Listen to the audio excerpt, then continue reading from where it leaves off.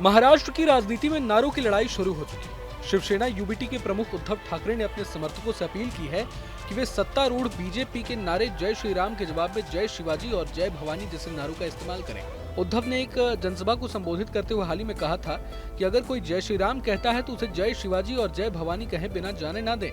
BJP ने हमारे समाज में जहर घोल दिया है। मैं बीजेपी को समाज के प्रति उनके किए गए कामों के लिए कड़ी चुनौती देने जा रहा हूँ। उद्धव ने भारत पाकिस्तान के बीच खेले जाने वाले क्रिकेट मैच का हवाला देते हुए कहा कि बीजेपी के नेताओं ने कभी पाकिस्तान के साथ खेल आयोजनों का विरोध किया था, जबकि अब भारत पाकिस्तान और बांग्लादेश क्रिकेट मैच खेल रहा है। इस जुबानी जंग की शुरुआत हाल ही में हुई जब महाराष्ट्र के मुख्यमंत्री देवेंद्र फडणवीस ने विधानसभा में उद्धव ठाकरे का नाम लेकर एक टिप्पणी की। उन्होंने कहा था कि मैं उद्धव ठाकरे नहीं हूँ जो परियोजनाओं को रोके रखूं।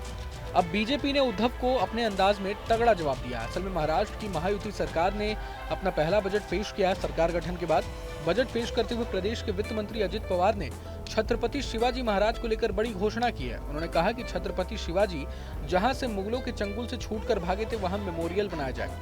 मेमोरियल निर्माण के लिए बकायदा महाराष्ट्र प्रदेश के बजट में प्रावधान करने की घोषणा की गई है। अजित पवार ने विधानसभा में राज्य का बजट पेश करते हुए कहा कि उत्तर प्रदेश के आगरा में छत्रपति शिवाजी महाराज का मेमोरियल बनाया जाएगा।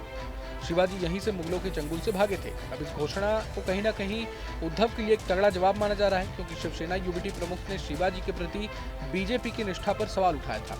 आपको बता दें कि उद्धव ने यह भी कहा था कि अगर फडणवीस उनसे आगे बढ़ने की चाहत रखते हैं तो उन्हें किसानों के लिए कर्ज माफी की घोषणा करनी चाहिए। उन्होंने कहा कि शिव भोजन और लाडकी बहन योजना जैसे कार्यक्रमों के लिए बजट में संशोधित धनराशि आवंटित करनी चाहिए। गौरतलब है कि महाराष्ट्र राज्य का वार्षिक बजट आज विधानसभा में पेश किया गया। उद्धव ठाकरे ने दावा किया कि उन्होंने अपने कार्यकाल के दौरान कुछ परियोजनाओं को रोका और अगर वो अधिक समय तक पद पर रहते तो मेट्रो 3 कारशेड को कंजूर मार्ग पर शिफ्ट कर देते। इसके अलावा बता दें कि शिवसेना यूबीटी अध्यक्ष उद्धव ठाकरे ने उत्तर पूर्व मुंबई में आयोजित संकल्प शिविर में भारतीय जनता पार्टी और राष्ट्रीय स्वयंसेवक संघ पर बड़ा हमला बोला था। उन्होंने चैंपियंस ट्रॉफी का फाइनल मैच भारत और न्यूजीलैंड के बीच खेले जाने का जिक्र करते हुए कहा था कि वो विपक्ष की लाठियां उड़ा देंगे। उन्होंने कहा था कि बीजेपी देशभक्त और हिंदूवादी है, ये फेक नैरेटिव है। उन्होंने कहा था कि मैं अपनी ताकत महाराष्ट्र में वापस लाऊंगा, उन्हें नहीं छोड़ूंगा। अब बीजेपी ने कहीं ना कहीं, महायुति सरकार ने कहीं ना कहीं और देवेंद्र फडणवीस ने उद्धव के इन तमाम जुबानी हमलों का महाराष्ट्र के बजट के जरिए बड़ा जवाब दिया है और तगड़ा जवाब दिया है। आप देख लें, हाल ही में ये भी कहा जा रहा था कि उद्धव ठाकरे कहीं ना कहीं बीजेपी के साथ आ सकते हैं। ये तमाम अटकलें लगाई जा रही थी, लेकिन इन अटकलों पर तो विराम लग गया। उद्धव ठाकरे ने जिस तरह से बीजेपी पर और आरएसएस पर, कहीं ना कहीं उनके राष्ट्रवाद पर, उनके हिंदुत्व पर सवाल उठाया, तो इन अटकलों पर तो विराम लग गया।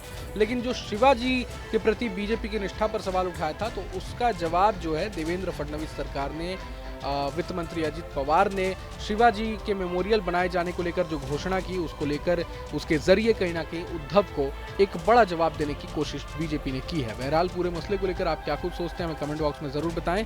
अगर आपको ये वीडियो पसंद आया तो लाइक करें और चैनल को सब्सक्राइब करें। वहीं तमाम बड़ी खबरों के लिए देखते रहें न्यूज नेशन।